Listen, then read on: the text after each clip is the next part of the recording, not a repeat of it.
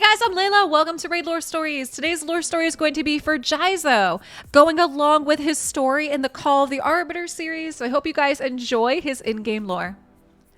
Jizoh was born in the sewers of the free city of Arnak. The lizard men in that so-called free city were in a miserable state after the Gallon War, forced to work hard labor, shoved away into ghettos or sewers out of sight of the human overlords. They were little better than slaves. Jizoh himself grew into one of the biggest and strongest members of his clan, but, much to their dismay, he didn't use his natural gifts to their advantage. While they clawed to secure a better position in Arnok's brutal underclass, Jizoh was fascinated with the discarded trinkets and accessories he found as he went about his petty labors. He became obsessed with the human world, constantly sneaking away from his sewer home to spy in the busy uptown marketplace. On one such trip, he saw a street vendor selling art, paintings, and sculptures that the man had created. Jizoh, in that moment, fell in love with art.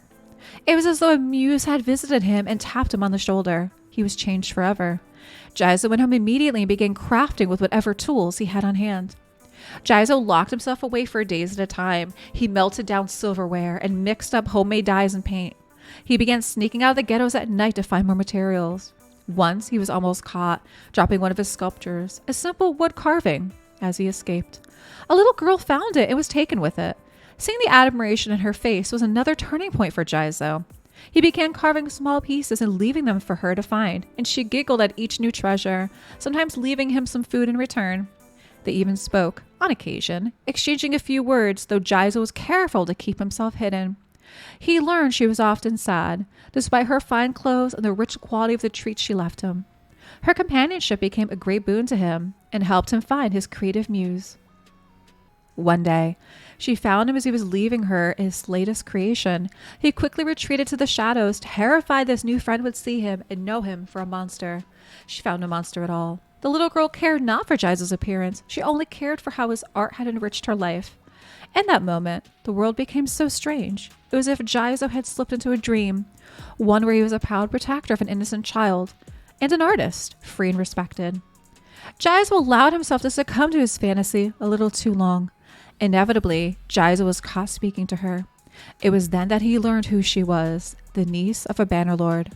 Upon the discovery of a lizard man fraternizing with a member of the superior classes, wrath came down quickly.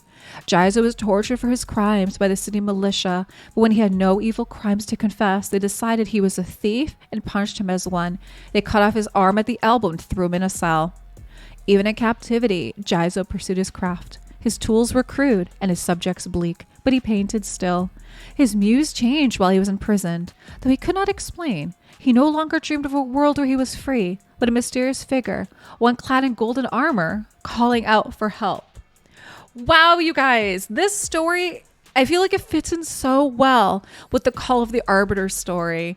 And what I like about this too is, again, this is another one that really depicts the lizardmen in a different light, where they're not just brutish savages that can't think. Like, clearly, this story's kind of sad. I am reading this live on Twitch and people are like, wow, this is a sad story. It kind of is. It definitely is a bit on the sadder end. But I can also see where this is going to fit in with Call of the Arbiter. Guys, drop me some comments down below what you think of the story for Jizoh, and thanks so much for watching.